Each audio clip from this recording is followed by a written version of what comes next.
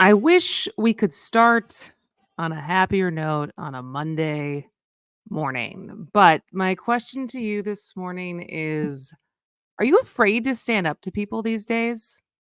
844-967-2789.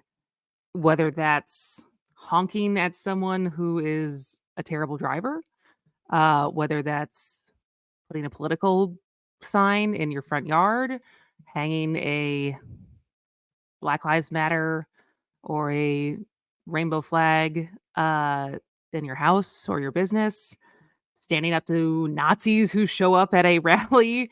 Uh, are we getting to the point where you second guess your instincts to stand up to someone or someone's because you are nervous about violence? 844-967-2789. Because I don't know if you saw this. This was breaking from yesterday, but a store owner in a tiny town in California in San Bernardino Valley was fatally shot by a man who confronted her about her pride flag that was in her store. And I read that this morning, and it's obviously awful. But because I have to be totally honest, when we're driving in Milwaukee, I tell my husband, stop honking at people because you don't know Who's got who a gun? has a gun, and you don't know who's gonna snap. And clearly this person, they have not identified the person who shot her fatally, but he had a gun and walked into her store, was not a patron, and it was basically after disparaging statements about LGBTQ people that he just shot her. And, I'm someone who I would like to think was raised to say something, but it's starting to get scarier and scarier to feel like there's not going to be violent ramifications for doing that. So, I guess in keeping up with the news, when you hear stuff like this, has it changed your outlook on second guessing yourself when you otherwise would want to stand up Step for up. people? 844-967-2789. What do you think, Jane? I certainly understand where you're coming from about being afraid because guns are so endemic now in this country. And as you said, you don't know who's carrying or not. And people are so short fused now that it's scary. Yeah, but it also feels like you can't just be scared into submission, especially over something that feels so inclusive and not trivial, but not controversial. And, specifically with this case, I saw some people saying, like, this is what happens when you label everyone who is either an ally of LGBTQ people or LGBTQ people as groomers. And we've gotten to this point where, and we'll never know the motivation, or because the guy who shot the woman, her name was Laura Ann Carlton. I guess she went by Lori, but he hasn't been identified, but he also died in a shootout with police. And so we won't know more information about him and his mental state, but it's a dangerous game where, like, the extreme right is playing by labeling all things trans and all things drag as grooming and pedophilia because people feel justified when the two are totally mutually exclusive. 844-967-2789. Uh, Go ahead, Jane. Amy from Wisconsin Rapids is joining us this morning. Good morning, Amy. Good morning. I definitely feel like we're starting to become more afraid. My husband's paralyzed, and so he uses those parking spaces that have the slash marks next to them to be able to get out of his vehicle.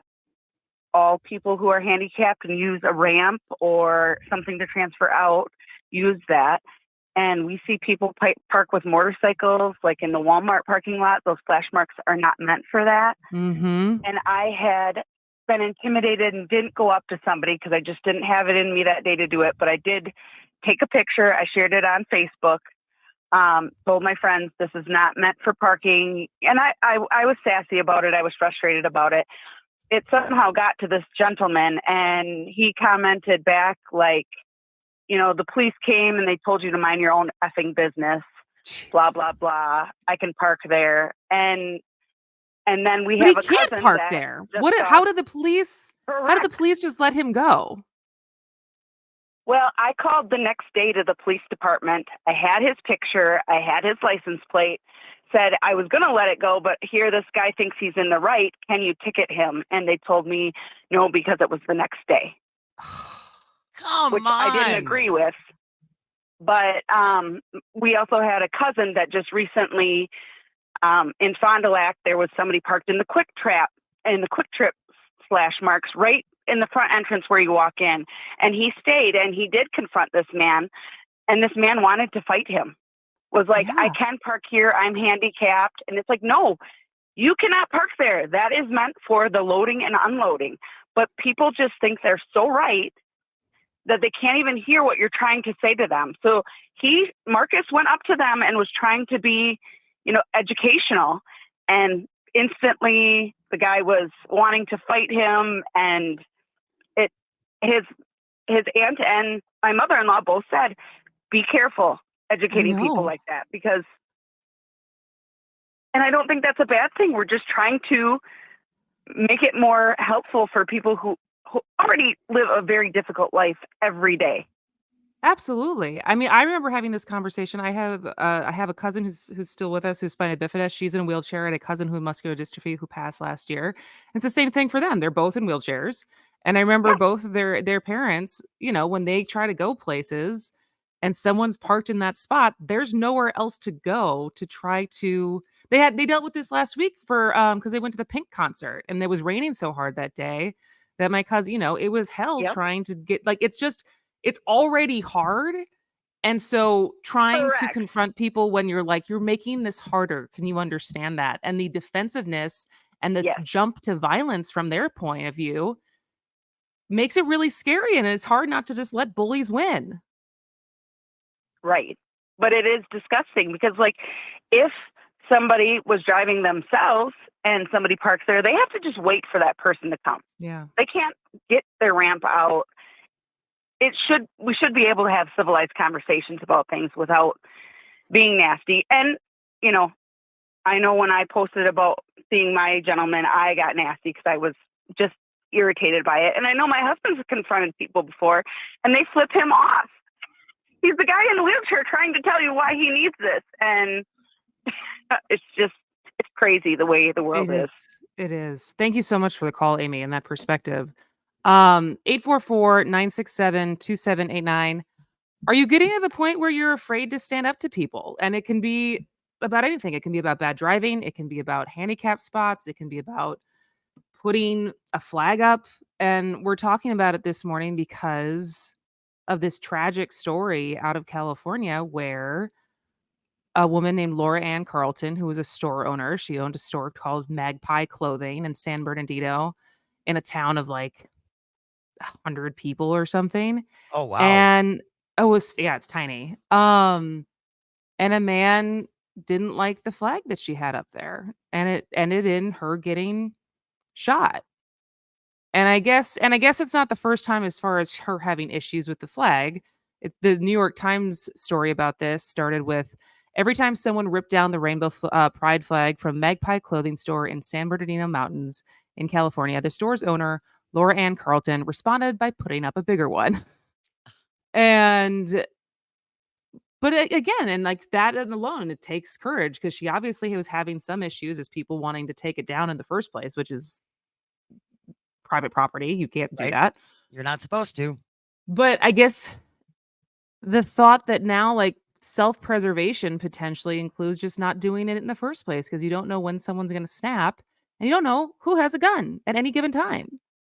And so I guess my question is, are you getting to the point where you feel like you have to bite your tongue because not only just because you're like, "Oh, I'm gonna be the bigger person," or you were trying to let it go, but because you're actually scared. 844-967-2789. We have Lisa on the Facebook live stream, which you can always join and watch us and watch Jane and my facial expressions, which add their own level of entertainment beyond our voices. That's Uh, what we've uh, heard. yeah, at As Goes Wisconsin on YouTube, Facebook, and Twitter. But Lisa says, I talked about putting a pride flag in my window at my business, and my oldest son said I should wait until my daughter is out of high school. There is definitely fear of violence, not just towards me, but also towards my family then. If it was just me, I'd have put the flag up right away, but I don't want to put my family in danger. That's crazy pants. That is crazy pants. Especially that her son, because teenagers and younger people are not always the most risk averse and tend to be a little bit more like, Go I'll for it. never die. Right. Like, I'm Right. invincible. And so the fact that he was the one to point out, maybe not mom, is eye opening. All right. Well, we're going to take our first break. But if you have thoughts on this or anecdotes about something that has happened in your life where you feel like you have to stand up or you feel like you have bit your tongue not because of anything beyond thinking that something violent could happen, 844-967-2789. That's 844-96-PARTY. We will keep the conversation going after the break. This is As Goes Wisconsin. Welcome back to As Goes Wisconsin. I am Kristen Bry. She is Jane Madnair. And we are talking about the California shop owner who was fatally shot over LGBTQ plus pride flag she had at her store after a man made comments about the flag and then killed her. And this happened in the San Bernardino Mountains in California.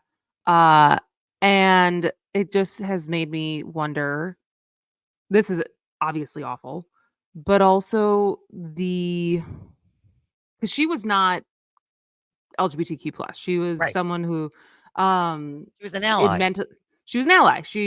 But it meant a lot to her, right? And as we said before, it was not the first time someone had taken issue with the flag. People had ripped it down before and she just kept putting it back up and jokingly a bigger one. But it was something that was incredibly important to her. So truly, I mean, died in the face of standing up for something that she believed in, even though she may or may not known that that was what she was being at, like, that was even on the table as far as, um, that someone would kill her over a flag.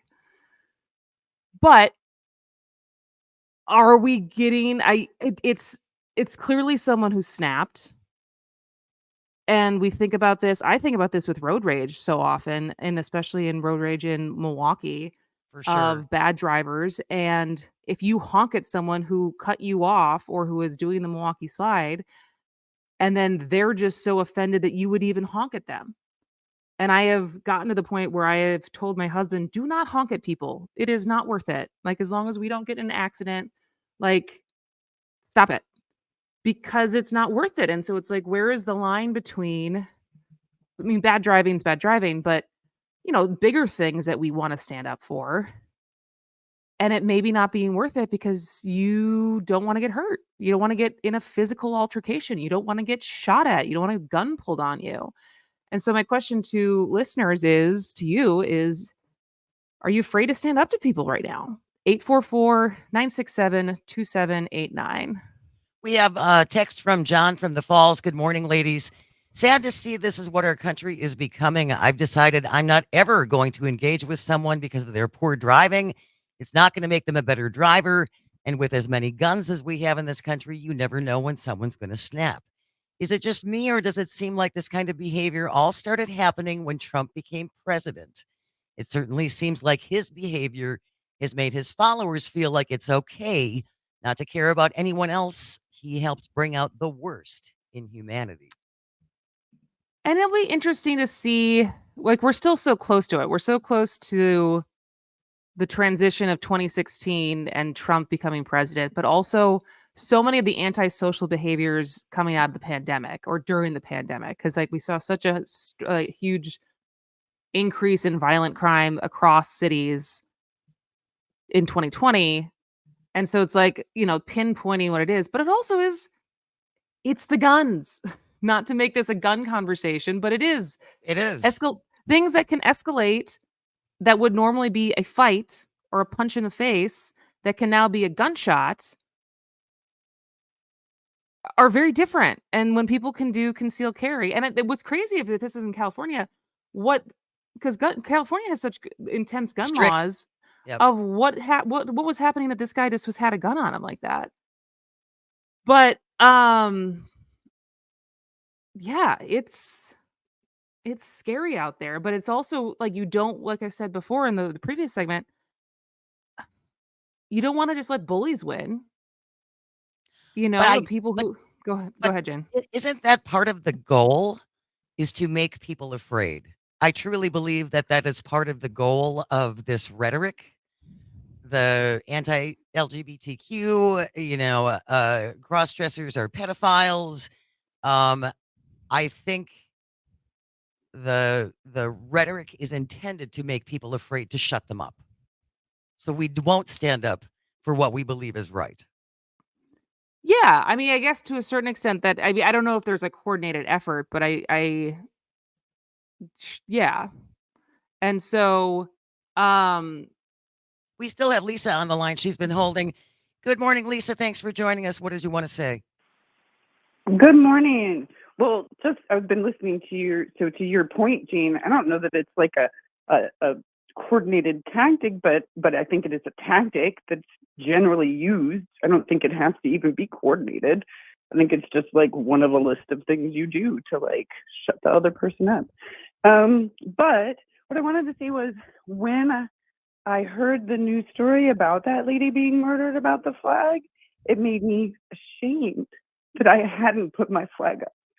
And so, but I want to protect my family. I don't want them to be Yeah. hurt because I want to stand up for what I believe in. Like, it hurts.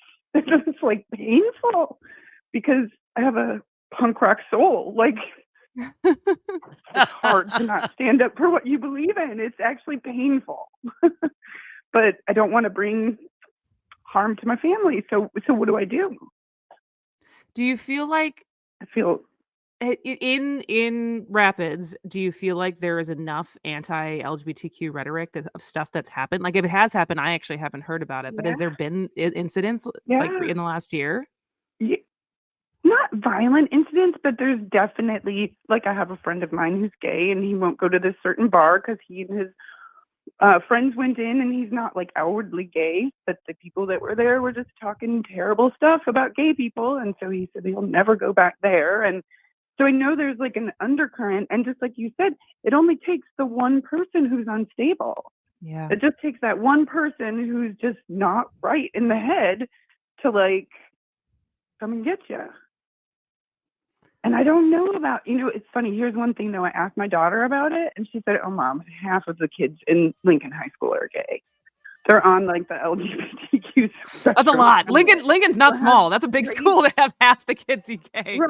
Right. And so I have great hope for our future. Absolutely. Truly. Well, And we're coming up against a break, never Lisa, so we had got to let any you go. But problems. thank you so much for calling and sharing your story with us. If you have thoughts on this, we'll keep it going. 844-967-2789. Are you afraid to stand up to people? Or is it more important than ever to keep doing it? 844-96-PARTY. We will take your calls and your texts after the break. And we also have some good, bad, and wet headlines. This is As Goes Wisconsin. Welcome back to As Goes Wisconsin. I am Kristen Bry.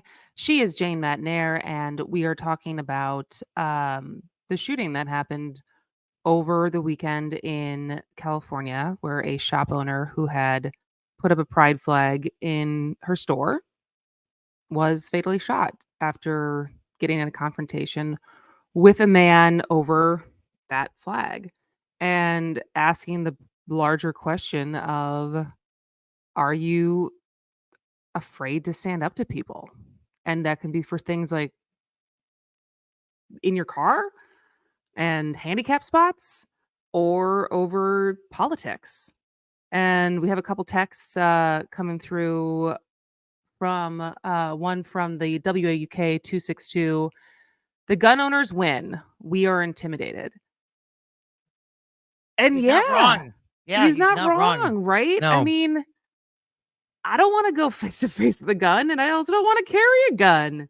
Like that's like even if I would be such a mouse carrying a gun, like I would even if I had one on me, like my ability to like think that I would ever draw it and point it at someone, like I've joked about this, like I am not meant for the zombie apocalypse. Like I don't think like my survivor instinct and like ability to hurt or kill things is like very very weak. And so my ability to kill or be killed um I would probably be killed pretty quickly. And I don't know. I mean, I don't know if that's such a bad thing as far as what that means that says about my nature, but yeah. I mean, you don't know. That's what's terrifying. But it's also so sad because some of these people deserve to be called out Oh, for and sure. deserve to not just go through life of I get what I want and I'm going to I yell can at sit you when I'm the one who shouldn't be parking in a handicap spot because because I'm I'm that entitled. entitled. Yeah.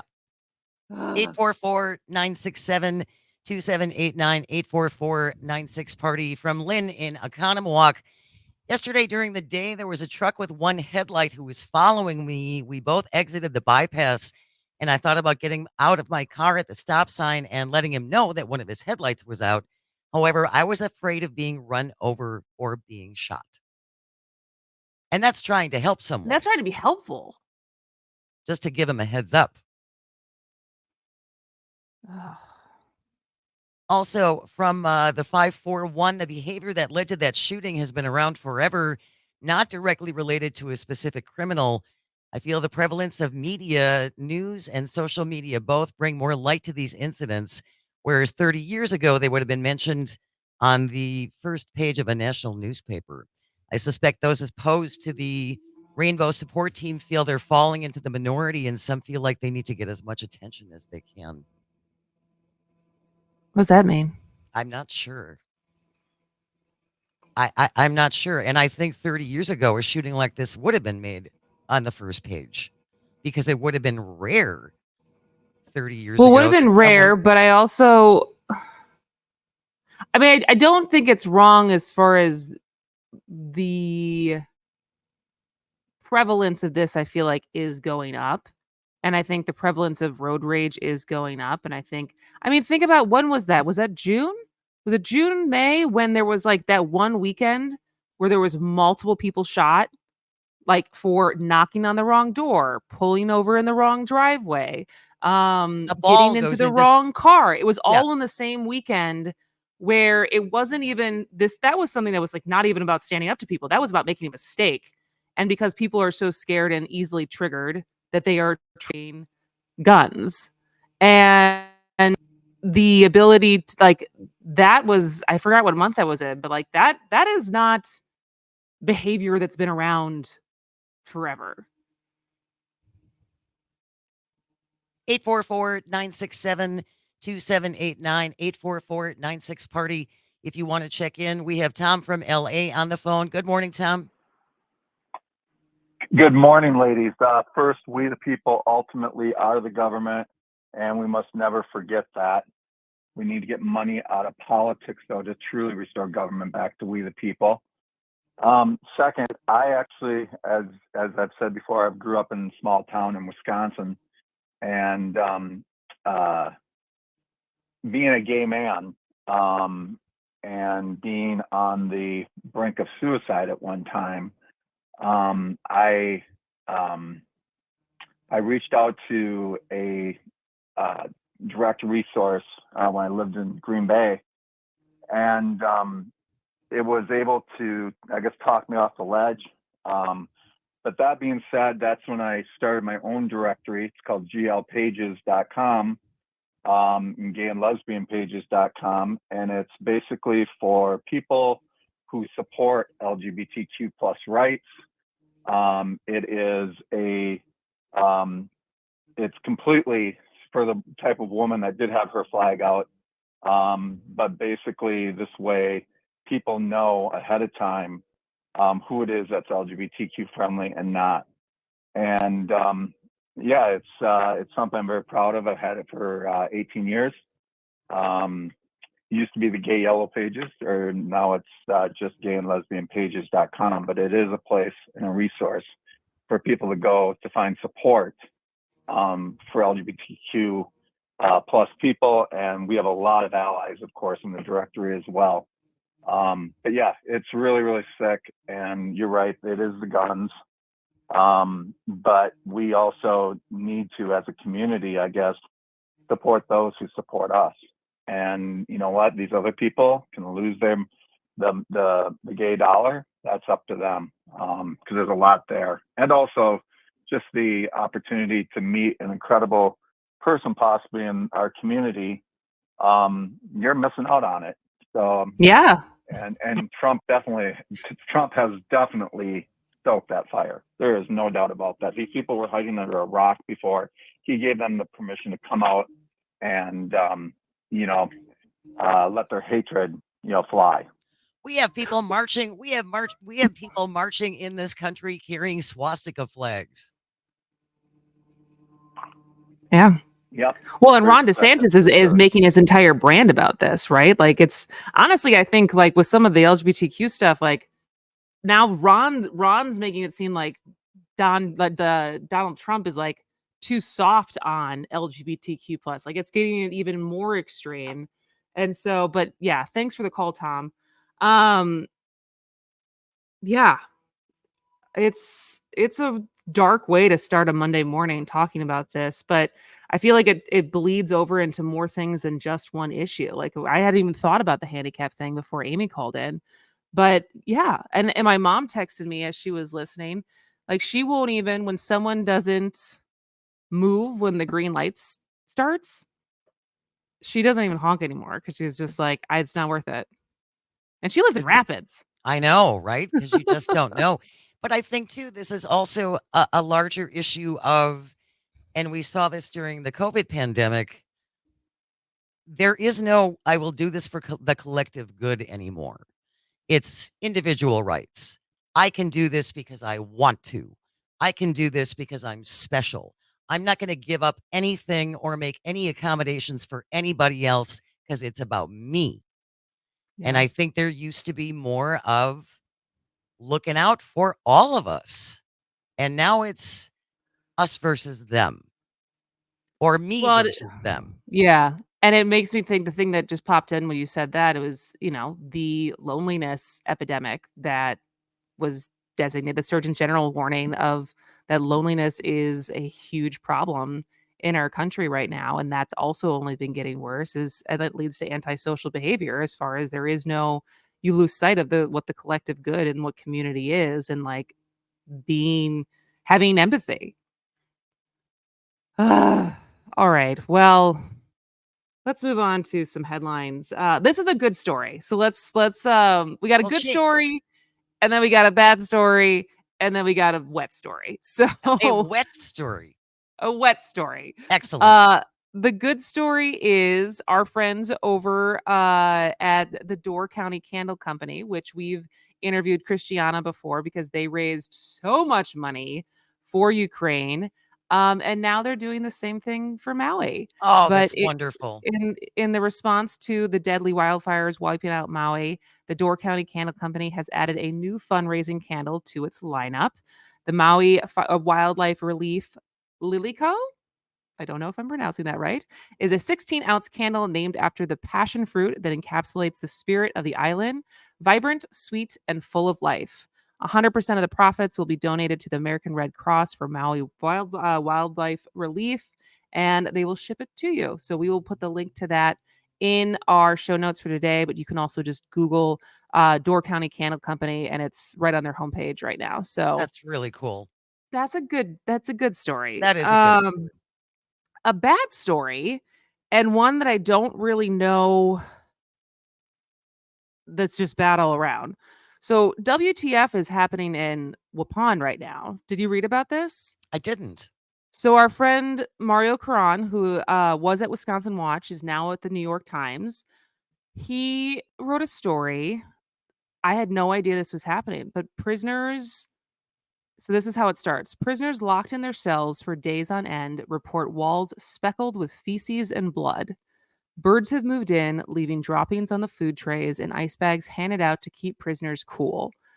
Blocked from visiting the law library, prisoners say they have missed court deadlines and jeopardized appeals. Unable to access toilet paper, one prisoner tore his clothing into patches to use for tissue. 1,000 people incarcerated at Waupun Correctional Institution, a maximum security prison in southeast Wisconsin, have been confined mostly to their cells for more than 4 months, ever since prison officials locked down the facility and halted many programs and services. So that is horrific to read about. But it turns out that, I mean, because the Wisconsin Department of Corrections hasn't really offered much of an explanation about the lockdown or why it's lasted so long. But others in Mario's reporting, basically others familiar with the Waupun Penitentiary said that the reason for the restrictions, dire staffing shortages. That more than half of the prison's 284 full-time positions for correctional officers and sergeants are not filled. And Wow. yeah. And so what's happening there is a reality at prisons across the country, that lockdowns, which were once like very rare and taken only in like like a crisis situation, are becoming like the way to deal with chronic staffing and budget shortages.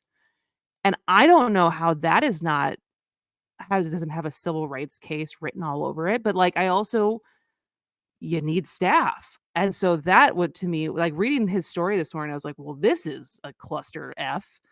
But the conditions that people are living in, like, is just unreal. But I don't know that there's a lot of sympathy.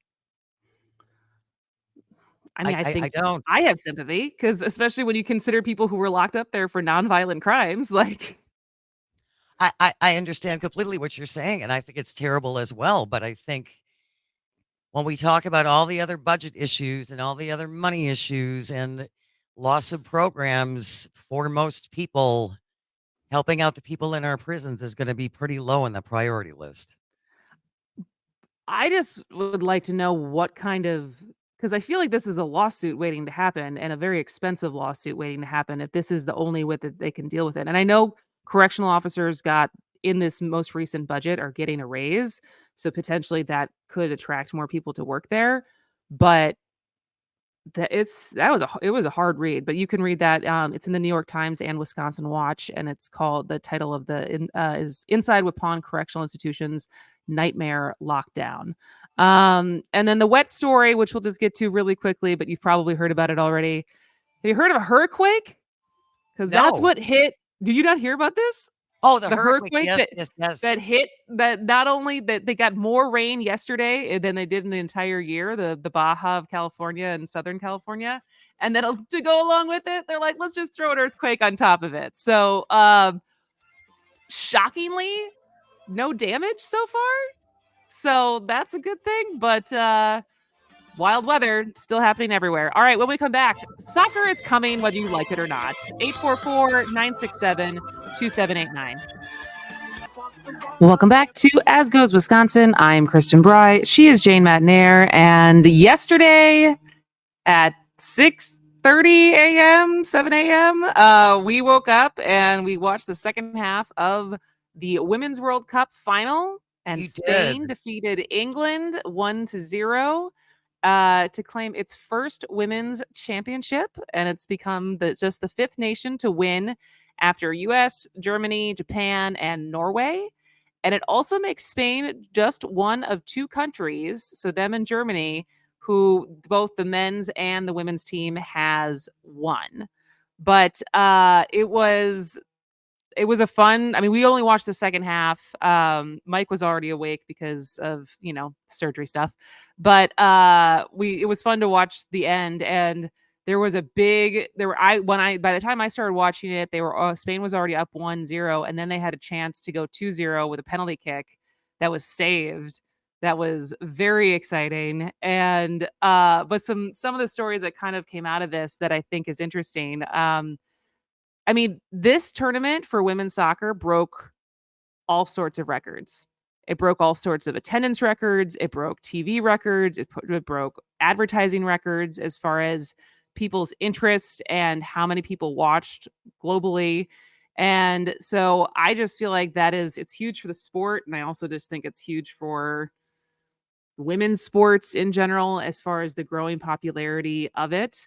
But one of the so UK Prime Minister Rishi Sunak offered some words of encouragement, but maybe not the kind that he intended Uh-oh. after the women's English national team they lost. Um, he said, "You left absolutely nothing out there at Lionesses." Pretty sure he meant everything. You left everything out there.